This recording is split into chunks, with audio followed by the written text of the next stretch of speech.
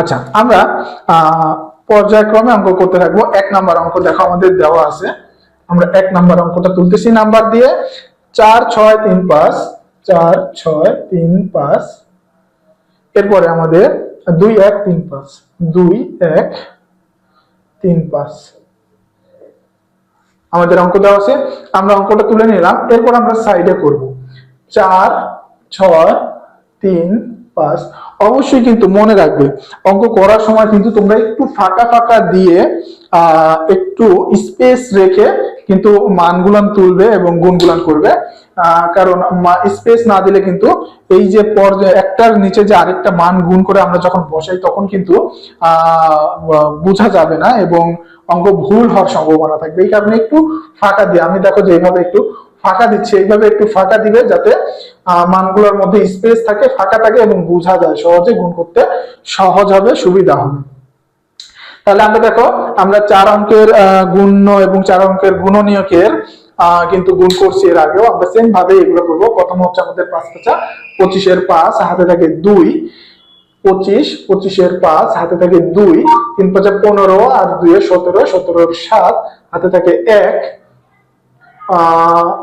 5 30 আর 1 31, 31 এর 1 হাতে থাকে 3, 4 5 20, 20 আর 3 এ 23, 23 এর আচ্ছা এখানে সম্পূর্ণটাই বলবে, এরপরে আমাদের আর অঙ্ক নেই। এরপরে দ্বিতীয় লাইনে আমরা প্রথম ঘরটা শূন্য দিয়ে নিলাম আগে।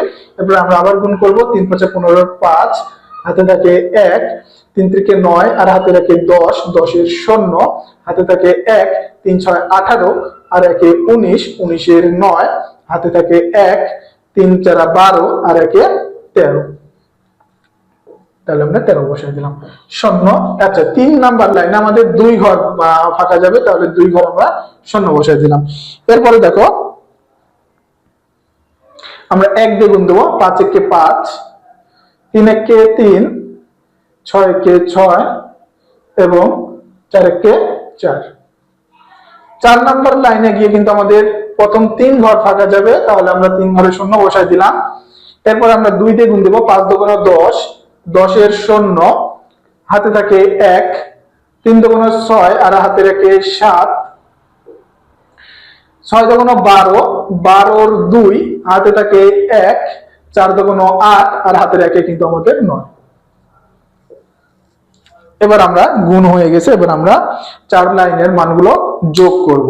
তাহলে 5 0 0 0 5 হবে 7 আর 5 এ 12, 12 এর 2 হাতে থাকে 1, 1 আর 1 যোগ করলে 2, 2 আর 5 এ 7।